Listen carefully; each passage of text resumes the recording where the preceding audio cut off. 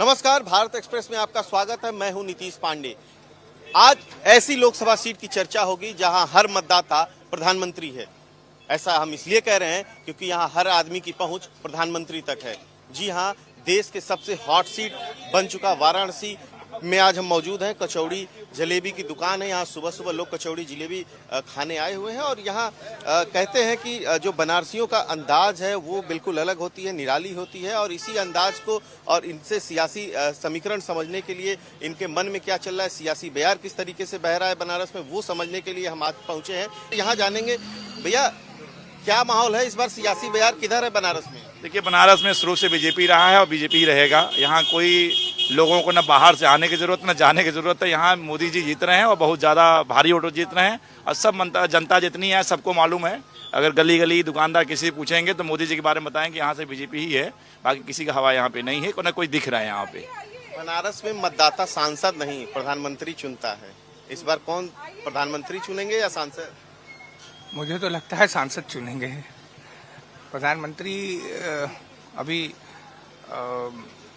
कल एक मीटिंग भी हुई लोगों की, राहुल गांधी आए थे, उन्होंने भी कहा कि ऐसा है कि अभी नहीं, इस बार आप जो है वो चुनेंगे, वो प्रधानमंत्री नहीं होगा, वो सांसद होगा। ठीक है, खैर ये तो राजनीति की बातें हैं।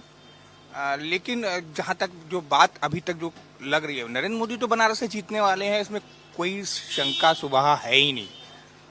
लेकिन जो एक वो हो रहा है कि जो भाजपा वाले 10 लाख वोटों की मार्जिन से, उसमें थोड़ा लगता है कि थोड़ा, और एक तटस्थ रूप से अगर सोचा जाए, और जो अगर हम आंकड़ों पर और इन सारी चीज़ों पर जो विश्लेषण करने के बाद जो आता है, वो जो आ रहा है, क्योंकि इस बार इंडी अलायंस है, इसको इंडिया कह रहे हैं, तो उसमें जो है समाजवादी पार्टी और कांग्रेस एक साथ होकर लड़ रही है। तो जो है वो पिछली बार जो नरेंद्र मोदी जी का वो था, करीब 60-62% वोट उन्होंने टोटल गेन किया था। और इस बार जो है वो उसमें 32% करीब इन दोनों लोगों ने, खैर उसमें एक ये था कि वो बसपा भी पिछली बार साथ थी, लेकिन इस बार बसपा साथ नहीं है। तो समाजवादी पार्टी और जो ये कांग्रेस, ये दोनों इस बार मिल के चुनाव लड़ रहे हैं। तो इसका जो सीधा इम्पैक्ट जा रहा है वो कि अजय राय, जो कि इंडिया गठबंधन के जो और कांग्रेस के प्रत्याशी हैं, उनका वोट परसेंट थोड़ा बढ़ेगा। और एक चीज़ जो विपक्ष ने बहुत ही गंभीरता से उठा दी है, संविधान परिवर्तन वाली बात। राहुल ने एक चीज़ पकड़ ली कि जो 400 पार की बात जो ये कह रहे हैं, उसका मकसद ये है कि वो संविधान बदलना चाहते हैं। और इससे, और संविधान जो है, जो दलित पिछला जो वोटर है, जो बीएसपी का वोटर है, उसका सेंटिमेंट जुड़ा है संविधान से, बाबा राव भीमराव अंबेडकर से जुड़ा है। तो उनको लगा कि बाबा साहेब का संविधान बदलने वाले हैं। तो एक तरह से ये भी एक, जो बहुत एग्जैक्ट क्या है ये तो चुनाव के बाद और रिजल्ट आने के बाद ही पता चलेगा, लेकिन जो दिख रहा है, 2-4 लोग 10 लोग जिनसे भी बात की जाती है, उनका जो कहना है कि वो इस बार थोड़ा दलित भी वो जा रहा है विपक्ष की तरफ। पिछली बार ऐसा नहीं था। 2019 के चुनाव में जो दलित था वो हिंदू वोटर हो गया था, दलित नहीं रह गया था, वो हिंदू हो गया था। इस बार वापस जो दलित है वो दलित हो रहा है।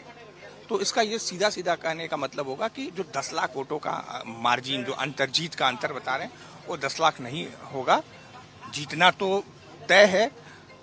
अजय राय जो उनका वोट परसेंट बढ़ेगा, और इनका अगर पिछली बार की जितना ही बना सकें तो वो एक बड़ी बात होगी। और अगर बढ़ जाता है तो बहुत बड़ी बात होगी, और अगर घट जाता है तो ये बीजेपी और नरेंद्र मोदी के लिए मेजर सेटबैक होगा। चूंकि 10 लाख वोटों से जीत की आप बात कर रहे थे, देश के अलग अलग हिस्सों में 6 चरणों में मतदान हो गया, वोटिंग परसेंटेज काफी कम हो रहा है बाकी चुनाव के मुकाबले, पिछले चुनाव के मुकाबले। ये जो प्रचंड गर्मी है, सुबह का समय है, तो इसका असर क्या सियासी? एकदम मौसम जो है बहुत ही बड़ा रोल प्ले करने वाला है। चूंकि बनारस का अधिकतर इलाका शहरी है, शहरी वोटर कम निकलता है, वैसे भी कम निकलता है। और अगर ऐसी गर्मी 47-48 डिग्री टेम्परेचर चल रहा है, अगर ऐसा ही रहा तो निश्चित ही वोटिंग परसेंट घटने वाला है। और वोटिंग परसेंट घटने का जो सीधा जो इम्पैक्ट जाएगा, जो बैड इम्पैक्ट, जो नकारात्मक असर जो जाएगा, वो बीजेपी को ही जाने वाला है, क्योंकि एक वर्ग जो है वो जो है एक वर्ग जो है वो खुलकर वोट करता है और वो करेगा। लेकिन जो जिसको कहेंगे कि बीजेपी का जो वोटर है, जो शहरी वोटर है, वो इसमें थोड़ा कहेगा यार छोड़ो ठीक है यार, इतनी गर्मी में थोड़ा वो जाएगा, देखेगा कि लंबी लाइन लगी है तो वो लौट के चला आएगा। चलिए वो लौट के चला आएगा। कुछ और लोग भी हैं, उनसे जानेंगे इस बार बनारस में जो सियासी बयार है वो किस ओर है। देखिए, अभी तक जितना भी कार्य हुआ है हमारे भारत में ही नहीं, हमारे काशी में जो कार्य की गति है ना, विकास की गति को ही ओट जाएगा। और विकास आप सभी लोग देख रहे हैं कि हमारे काशी में कितना विकास हुआ है, आज के पहले और अब में कितना परिवर्तन है, आप स्वयं देख सकते हैं। क्योंकि जो अभी युवा वर्ग है, वो यूथ जो है हमारा बहुत ही सशक्त है और शिक्षित वर्ग खुद समझ सकते हैं कि हमें वोट किसे देना है। युवाओं की बात की आपने, युवाओं में बेरोजगारी को लेकर, रोजगार को लेकर बड़ी नाराजगी है, ये भी देखने को मिल रहा है बनारस में, तो इसका असर कुछ पड़ेगा? नहीं, इसका असर पड़ेगा, लेकिन युवा अभी भी उम्मीद लगा रखे हैं कि कोई कारखाना, कोई ऐसे उद्योग बनेंगे जिससे उन्हें आसार होगा और इसमें प्रगति होनी है। हमें लगता है कि बहुत सारे चीज़ युवाओं को मिलने वाला है इसके बाद। मैम, आप बनारस से हैं या कहीं बाहर? मैं बनारस से ही हूँ और बेसिकली मैं 80 की ही निवासी हूँ और मैं सुबह बनारस की सदस्य हूँ। अच्छा, मैं यहाँ नियमित योगा करने आती हूँ। और आप पूछे क्या पूछना है? नहीं, सवाल ये है कि चूंकि आप 80 से, 80 मतलब बनारस का दिल कह सकते हैं, तो 80 के लोगों के मन में क्या चल रहा है? 80 के लोगों में देखिए, ये यहाँ बहुत सारा परिवर्तन तो हुआ है, इसमें कोई डाउट नहीं है, लेकिन लोगों को मतलब अवेयर करने की जरूरत है। उसको महसूस नहीं कर पा रहे हैं लोग कि हमारा परिवर्तन मतलब है, उसको जल्दी से एक्सेप्ट नहीं कर पा रहे हैं। उनको बताना है, जताना है, मैंने क्या बोलते हैं, एक पुशअप करने वाली बात है। जैसे कॉरिडोर ही बना तो हम लोग जो मेन ठेठ बनारसी थे उसको जल्दी स्वीकार नहीं कर पा रहे थे, लेकिन अब देखते देखते देखते लग रहा है कि नहीं, ये तो बहुत अच्छा है, बहुत ही स्पेसियस हो गया, सब कुछ हो गया। तो बस ये हम लोग को महसूस कराने की चीज है। मैंने हम अभी कॉरिडोर की जो बात की, वाकई ठेठ बनारसियों में अभी भी नाराजगी कई जगह देखने को। नहीं, अब नहीं है, अब नहीं, नाराजगी अब नाराजगी दूर हो गई है। और बोलते ना कि पुशअप करने की जरूरत है, उनको बताओ कि ये हमको, हमारी जरूरत थी और हमारी जरूरत पूरी हो रही है। काशी कॉरिडोर का कितना असर होगा इस बार चुनाव में? काफ़ी होगा। काशी कॉरिडोर, अयोध्या का राम मंदिर, ये तो चुनाव के लिए प्लस पॉइंट है, खास करके बीजेपी के लिए। और काशी में जब से कॉरिडोर बन गया, अयोध्या में राम मंदिर बन गया, तो यहाँ का व्यवसाय बढ़ा। नाविक से लेके, पंडित जी से लेके, माला फूल, साड़ी व्यवसाय, होटल रेस्टोरेंट का तो बिजनेस बूम है इस समय। तो इससे ज़्यादा इफेक्ट पड़ा तो लोग फायदे में है तो लोग मोदी को ही वोट देंगे, जाहिर सी बात है। नहीं, लेकिन अभी नाविकों से हमारी बात हो रही थी, जो बड़े क्रूज हैं आने के बाद से नाविकों में काफी नाराजगी है, असंतोष है उनमें कि भैया बड़े क्रूज आ गए, अभी और आएंगे चुनाव के बाद, कि हमारा रोजगार जा रहा है। ये नाविकों की भूल है। आप जानते हैं कि क्या यहाँ पे बड़े बड़े ताज होटल, क्लास होटल नहीं आए हैं? तो क्या नॉर्मली गेस्ट हाउस नहीं चल रहा? और ज़्यादा खुल रहे हैं। और पहले जो नाव वाले थे, कोरोना के पहले, उनके पास 1-2 नाव होती रही। आज के डेट में आप जाके देखिए, उनके पास 10 नावें हैं। तो उनका व्यापार बढ़ा है, तभी ना वो 10 नावें कर रहे हैं। अंदर क्यों? तो क्रूज से, ये उनका सोचना गलत है कि क्रूज से हमारे धंधा चौपट रहेगा, उससे उनका व्यापार और बढ़ेगा। मैडम, आप कुछ में ये जो छोटे नाविक है ना, वो एक्चुअली में बराबरी करने लगते हैं कि मुझको भी उतना ही चाहिए धन, तो लेकिन वो जैसे धीरे धीरे आओ आगे ना, वो अचानक से मतलब सोचते हैं कि जितना उन लोग कमा रहे उतना मैं भी कमाऊं, तो ये तो पॉसिबल नहीं है। तो इसीलिए उन लोग को मतलब नाराजगी है। हमारे साथ हिंग कचौड़ी, जो कि यहाँ 80 का फेमस कचौड़ी की दुकान है, अजय जी हैं। आपसे जानना चाहेंगे कि आपको क्या लग रहा है, आप भी बनारस में काफी समय बिता चुके हैं, एक लंबा अनुभव है आपका बनारस में, कुछ बदलाव दिख रहा है या फिर? नहीं, बदलाव तो है। लोगों में सफाई के प्रति अवेयरनेस आया है। और जहाँ विकास की हम बात करेंगे तो ठीक है, विकास तो हो रहा है, लेकिन एक जो नवयुवकों में बेरोजगारी को लेकर के जो असंतुष्टि है, तो मतलब विकास तो हुआ ही है, लेकिन बेरोजगारी भी एक बहुत बड़ा मुद्दा है। लोग उसको लेकर के थोड़ा सा उनके मन में नाराजगी भी है कि हम यूथ के लोग हैं, नौकरी के लिए कोई ऐसा चीज़ नहीं दिख रहा है कि हम नौकरी के लिए जाए। ठीक है, रोजगार तो बढ़ा है बनारस में, विकास हुआ है, रोजगार बढ़ा है, लेकिन जो बेरोजगारी से भी बहुत सारी चीजें, मतलब बेरोजगारी से असंतुष्ट हैं लोग जो है। तो उनका ये कहना है कि मोदी जी इस तरफ भी थोड़ा ध्यान दे, बेरोजगारी की तरफ। बेरोजगारी की तरफ ध्यान दे मोदी जी को, इधर भी देखना होगा। आप कौशल जी सीए हैं, बनारस में बेरोजगारी का असर है या सब ठीक है? नहीं, देखिए, पहले भी जनसंख्या के अनुसार अगर रोजगार को देखा जाए, एम्प्लॉयमेंट को हमेशा ना एक नजर से नहीं देखना चाहिए। हम पढ़ाई क्या कर रहे हैं, हम कौन सी डिग्री ले रहे हैं, किस क्वालिफिकेशन कर रहे हैं, कहाँ उसकी रिक्वायरमेंट है, उस पर भी डिपेंड करता है। एजुकेशन ले लेना या पढ़ाई डिग्री पास करना ही सब उसमें नहीं है, आपको अनुभव भी चाहिए किस विषय में आप ले रहे हैं। तो देखा जाए तो पॉपुलेशन इधर भी युवाओं की ज़्यादा हो गई है, उस कंपेरिजन में सरकार के वांट कम आए हैं। रीज़न इसके पीछे है कि लोग अपने रोजगार नौकरी में जाने के बजाय रोजगार में ज़्यादा आने लगे हैं। अगर आप 14 से लेकर के 24 की तुलना करेंगे तो तकरीबन जो सड़कें कम चौड़ी थी ज़्यादा चौड़ी हो गई हैं, उसके बावजूद जो ठेले खुमचे या दुकान या स्टोर कम लगते थे वो ज़्यादा लग गए हैं। इन कंपेरिजन लोगों ने अपना रोजगार ढूंढ लिया है प्रधानमंत्री के एक आह्वान से कि भाई आप सरकारी नौकरी पर डिपेंड क्यों हैं। सरकारी नौकरी जो देती है उससे कई ज़्यादा प्राइवेट नौकरी भी देती है। आज अच्छे अच्छे लड़के जो सॉफ्टवेयर इंजीनियर वगैरह करके जा रहे हैं, इंडिया में नहीं रहते हैं, बाहर जाते हैं, इंडियन कंपनी खुद हायर कर ले रही है। तो जो टेक्निकल डिग्री हासिल किया हुआ है या जो अच्छी पढ़ाई करके आ रहा है वो अपनी नौकरी ढूंढ ले रहा है। ऐसा नहीं है जो बिल्कुल ही नहीं पढ़ा हुआ, घर वाले उसके मान लिए कि पढ़ाई नहीं किया हुआ, सिर्फ डिग्री लेके आया, तो उसको नौकरी कहाँ से मिलेगी। और जिसको रोजगार चाहिए, रोजगार जरूरी नहीं है गवर्नमेंट जनरेट करे तभी होगा। रोजगार हम स्वयं में भी सेल्फ जनरेट कर सकते हैं, और हम सेल्फ जनरेट नहीं कर रहे हैं, अब सिर्फ दोषारोपण कर रहे हैं। पहले तो दोषारोपण बंद करना चाहिए। अगर रोजगार नहीं होता तो एक घर में मोबाइल का कनेक्शन जोड़ लीजिए कि अगर माता पिता और 2 बच्चे हैं तो सबके पास अलग अलग सिम है और 250 रुपये एवरेज कास्टिंग आती है और सिम को रिचार्ज कराने की। तो एक परिवार में अगर 1000 रुपये जा रहा है, यानी 12,000 रुपये की महीने साल की इनकम जो है उनकी मोबाइल में खर्च हो रही है। उसके अलावा कोरोना के बाद से ब्रॉडबैंड कनेक्शन की अगर बात करिए तो मुझे लगता है कि 25% अगर देखा जाए तो 20 से 25% घरों में ब्रॉडबैंड लग चुके हैं। और ये पैसे कहाँ से आ रहे हैं? अगर रोजगार नहीं है तो पहले एक लोग कमाते थे, अभी सारे बच्चे जो सब अगर ग्रेजुएशन करने के बाद वो एम्प्लॉयमेंट में लग जा रहे हैं, चाहे किसी भी प्राइवेट नौकरी में लगे, सभी की इनकम आ रही है। ये साहब कह रहे हैं कि एम्प्लॉयमेंट की कोई दिक्कत नहीं, बेरोजगारी का मुद्दा नहीं है, लेकिन जिस तरीके से उत्तर प्रदेश में आए दिन पेपर लीक के मामले सामने आ रहे हैं उसका कुछ असर है? देखिए, लोग असंतुष्ट हैं, नवयुवक असंतुष्ट हैं। सीए साहब अपनी जगह पे कह रहे हैं, ठीक बात है, लेकिन सीए साहब से ही पूछिए कि रोजगार कहाँ पे है। ये तो विकास हो रहा है, जहां भी विकास होगा रोजगार तो बढ़ेगा ही, बिजनेस बढ़ेगा, छोटे छोटे बहुत सारे बिजनेस भी बढ़ रहे हैं। लेकिन उन बिजनेस से रोड पे भी कितने सारे प्रॉब्लम आ रहे हैं। जैसे बनारस में क्योटो की जगह टोटो हो गया है, तो अब ये टोटो शहर बनारस हो गया है। उसके अलावा घाट पे रोज नगर निगम की टीम आती है अतिक्रमण हटाने के लिए, सैकड़ों दुकानें हैं घाट पे। ठीक है, लोगों को खाने के लिए भी मिला है, बेरोजगार भी मिला है, तो लोगों को असुविधा भी तो हो रही है ना। तो जो एक विकास भी एक मुद्दा है बड़ा, और बेरोजगारी भी बड़ा मुद्दा है। बेरोजगारी मुद्दा है, लेकिन आपको नहीं लगता कि जिस तरीके से पर्चे लीक हो रहे हैं, पेपर लीक हो रहे हैं बीते दिन उत्तर प्रदेश में, उसका असर सीए साहब कह रहे थे कि जो है लोग व्यापार में आ रहे हैं युवा, तो इसका असर नहीं पड़ेगा? निश्चित है। एग्जाम हो रहे हैं, लीक हो जा रहा है पेपर, ये किसकी गलती मानी? अच्छाई आपकी होती है तो बुराई भी तो आपकी ही खाते जाएगी। आप अच्छा कर रहे हैं, आप विकास कर रहे हैं तो फिर आप कर रहे हैं, और कुछ बुरा हो रहा है तो दूसरा कोई आ रहा है करने के लिए, वो भी तो आप ही के खाते में काउंट होगा। और लगातार देख रहे हैं आप कितने पेपर लीक लगातार लीक हो रहे हैं, कैंसिल करना पड़ रहा है।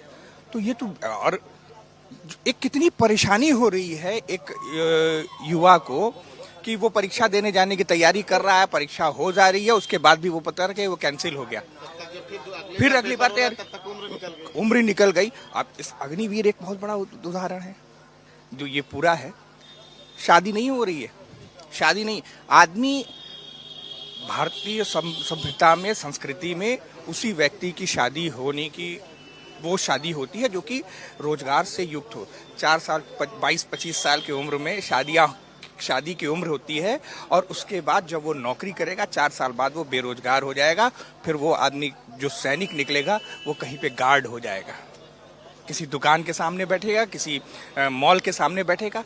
ऐसे तो सैनिक है, सैनिक का अपना एक रुतबा है, एक इज्जत है, वो सैनिक है, देश के लिए लड़ने वाला है। एक दुकान पर बैठने वाले गार्ड को आप अपना दामाद, कोई दामाद बनाना चाहेगा? दिक्कत है, बहुत सी दिक्कतें हैं, कुछ व्यावहारिक हैं, कुछ बहुत सी, लेकिन इसको समझ नहीं रहा है कोई। बहुत अग्निवीर जैसी चीजों के लिए तो, और कुछ पैसा मिल भी गया तो क्या हो जाएगा उस पैसे से? उस पैसे से क्या हो जाएगा? नहीं, ये लोग कह रहे हैं कि इस पैसे से आदमी अपना रोजगार कुछ नहीं होने वाला है। ऐसा ऐसा रोजगार होने वाला, खड़ा करने वाला नहीं है। अगर हमको रोजगार ही खड़ा करना रहता तो हम जाके नौकरी न करते। अग्निवीर योजना जो है प्रधानमंत्री नरेंद्र मोदी और उनकी सरकार लाई, युवाओं को 4 साल का रोजगार मिल रहा है। बनारसी आप हैं, ठेठ बनारसी हैं, अपनी बेटी की शादी किसी अग्निवीर से करेंगी जो 4 साल बाद बेरोजगार हो जाएगा? नहीं है ये तो नहीं बिल्कुल नहीं। फिर अग्निवीर में जो लोग जाएंगे उनके साथ क्या होगा? कह रहे हैं कि कुछ दिन बाद गार्ड की नौकरी करेंगे। ऐसे लड़के से शादी तो नहीं, देखिए ऐसा जरूरी नहीं है। अब कल को क्या होगा, हम आज ही से क्यों उसका कॉन्सेप्ट बना लें? हमारा कल तो अनिश्चित है। ठीक है, हमको भविष्य का प्लान हम लोग करते हैं, लेकिन जो अभी माहौल चल रहा है, बहुत तेजी से विकास हो रहा है और परिवर्तन को स्वीकार कर पाना थोड़ा सा मुश्किल होता है। अचानक से सब लोग सोच रहा है कि हम लोग माने आगे आए, हम ही हों। तो जो हमारे जो ठेठ वाले हैं जैसे अब सपोज ये टोटो है, हम लोग को कहीं ले जाएंगे तो हम लोग को नहीं बैठाएगा, वो यात्री ढूंढेगा और वो 100 के नीचे बात नहीं करेगा। तो ये सब चीज़ हम लोग को लगता है कि मैंने हम लोग के लिए अच्छा नहीं है। हम लोग के लिए पैदल चलना ही बेहतर है, क्योंकि जो हम लोग 10 रुपया में यहाँ से लंका जाएंगे वो हम लोग से सीधा 100 रुपया मांगेगा। तो बनारस जो है क्योटो की जगह टोटो शहर बन गया है, क्या कहेंगे? देखिए, अभी जो ई रिक्शा वाले की जो मनमानी है ना, ये केवल ये ढूंढते हैं कि हमें ऐसा व्यक्ति चाहिए जो हमें पैसा दे सके। आप लोकल व्यक्ति को बैठाना भी नहीं चाहते, अरे खाली नहीं है। तो इसके वजह, क्योंकि वो सारा कुछ जानते हैं ना, ये घुमाव नहीं करते। इसलिए ने एक अभी इस पे कैंपेन हुआ था कि एक QR कोड बनी हुई है कि QR कोड के द्वारा हम सभी चीज़ों का स्थान जान सकते हैं। तो ऐसा कुछ होना चाहिए जिससे सारे कुछ हम जान सके। कुछ और भी लोग हैं, उनसे जानने की कोशिश करेंगे, बात करेंगे। आपसे जानना चाहेंगे कि अभी जिस तरीके से प्रधानमंत्री बोले थे कि हम बनारस को क्योटो बना देंगे, और अभी भाई साहब कह रहे थे कि टोटो शहर हो गया, क्या कहना चाहिए? नहीं, ये बात तो उनका कहना सही है। दरअसल क्या हुआ कि व्यापार बढ़ेगा, जब व्यापार बढ़ेंगे तो आदमी आएंगे तभी व्यापार बढ़ेगा। तो उनको कन्वेंस के लिए भाई तो टोटो और ऑटो रिक्शा तो चाहिए ही चाहिए। और जो कि हमारे शहर की सड़कें काफ़ी पुराना शहर है ना, तो यहाँ की सड़कें उतनी चौड़ी नहीं, उतनी रोडें चौड़ी नहीं है, गलियाँ सकरी गलियाँ हैं कि शहर गलियों का शहर है। तो उसमें ये जरूर है, ज्यादती हो रही है कि टोटो ज़्यादा हो गए हैं, उससे जाम लग रहा है, ट्रैफिक लग रहा है, लेकिन व्यापार भी तो बढ़ रहा है। जब व्यापार बढ़ेगा थोड़ा सा आपको प्रॉब्लम तो झेलना ही पड़ेगा। चलिए, गलियों का शहर बनारस, गलियों की वजह से ही मशहूर है बनारस। पहले गलियां बची हैं? बिल्कुल, गलियां अभी बची हैं। जो गलियां कॉरिडोर में गई, देखिए आप जिसका बात करना चाह रहे हैं वो विश्वनाथ कॉरिडोर की बात कर रहे हैं। वो अतिक्रमण था पहले से, 50 साल पहले या 60 साल पहले या 30 साल पहले लोगों ने गलियों को ऑक्युपाइड करके, जो मंदिर घाट से जुड़े हुए थे, बीच में ऑक्युपाइड करके अधिग्रहण कर लिया था। अभी क्या है, सरकार जब आई तो उन्होंने विश्वनाथ जी के सही स्वरूप को लाने के लिए उन गलियों को, जो मकान थे पुराने, उनको ले करके कंपनसेशन दे करके ले करके विश्वनाथ जी को गंगा जी से मिलाया। तो वो अलग मुद्दा था। बाकी गलियां एज इट इज़ हैं। लोग गलियों में रोजगार ज़्यादा बढ़ा है। अगर आप जाएंगे, पहले की अपेक्षा देखेंगे, मैं तो ये कहूँगा कि कुछ दिनों में ये डेटा आपके मीडिया में भी आएगा। अभी सारे लोगों के आधार और पैन लिंक हो चुके हैं। तो लगभग सभी दुकानों में जाइएगा, QR कोड लगा हुआ है। मैं एज ए चार्टर्ड अकाउंटेंट, मेरे पास जब डेटा आता है ITR फाइल करने के लिए, तो लोग उसका हिसाब नहीं दे पाते हैं और खाते से पैसा विड्रॉ नहीं कर पाते हैं। मतलब जो कैश में पैसे मिल रहे हैं उससे वो अपना बिजनेस कर रहे हैं, घर चला रहे हैं, सब कुछ कर रहे हैं। जो QR कोड में पैसे जा रहे हैं उनके एज इट इज पड़े हुए हैं और ये सफाई नहीं दे पाते हैं कि वो उनके खर्चे कितने हैं। तो अल्टीमेटली ये समझिए, QR कोड ही सरकार को एक बड़ा हथियार आने वाले समय में देगा। लोग ये कह नहीं पाएंगे कि मुझे रोजगार नहीं है या मेरे पास पैसे नहीं है। इवन बनारस के आसपास की प्रॉपर्टी आप चले जाइए, रोज बिक रही है, महंगी होती जा रही है। पूरा मुझे लगता है अगर बड़े शहरों से कंपेरिजन करिए तो बनारस ज़्यादा महंगा हो गया है। कारण क्या है? कारण क्या बाहर से आके लोग इन्वेस्ट करना? ऐसा नहीं है। लोकल लोग जो किराए पर रहते थे आज उनके पास घर होते जा रहे हैं। ज़मीनें यहाँ पर सबसे ज़्यादा महंगी हैं। कारण क्या है? कारण तभी होता है कि उस क्षेत्र में, उस एरिया में रोजगार है, लोगों के पास पैसा आ रहा है। होटल की संख्या क्यों बढ़ गए? होटल में जो लोग काम कर रहे हो कहाँ के हैं? क्या सब बाहर से आए हुए हैं? क्या लोकल लोगों को रोजगार नहीं मिल रहा है? टैक्सी चला रहा है क्या बाहर से आया हुआ है? टोटो चला रहा है क्या बाहर से आया हुआ है? मान सकते हैं कि 20% लोग बाहर से आए होंगे, लेकिन 80% लोगों को साड़ी की दुकानें पड़ गई। अभी आप गदौलिया से लेके विश्वनाथ मंदिर जाइएगा, पूर्व में उस कपड़े की दुकानें थी, बहुत तरह की दुकानें थी, लेकिन आज डेट में सभी वो पूजन सामग्री की दुकानें हो गई हैं। अगर रोजगार मिला तभी तो उधर जा रहे हैं लोग। आज लोगों का रहन सहन, डेस्टिनेशन, आज लोग क्या करते हैं, छुट्टियां मनाने के लिए अपने शहर से बाहर जाते हैं।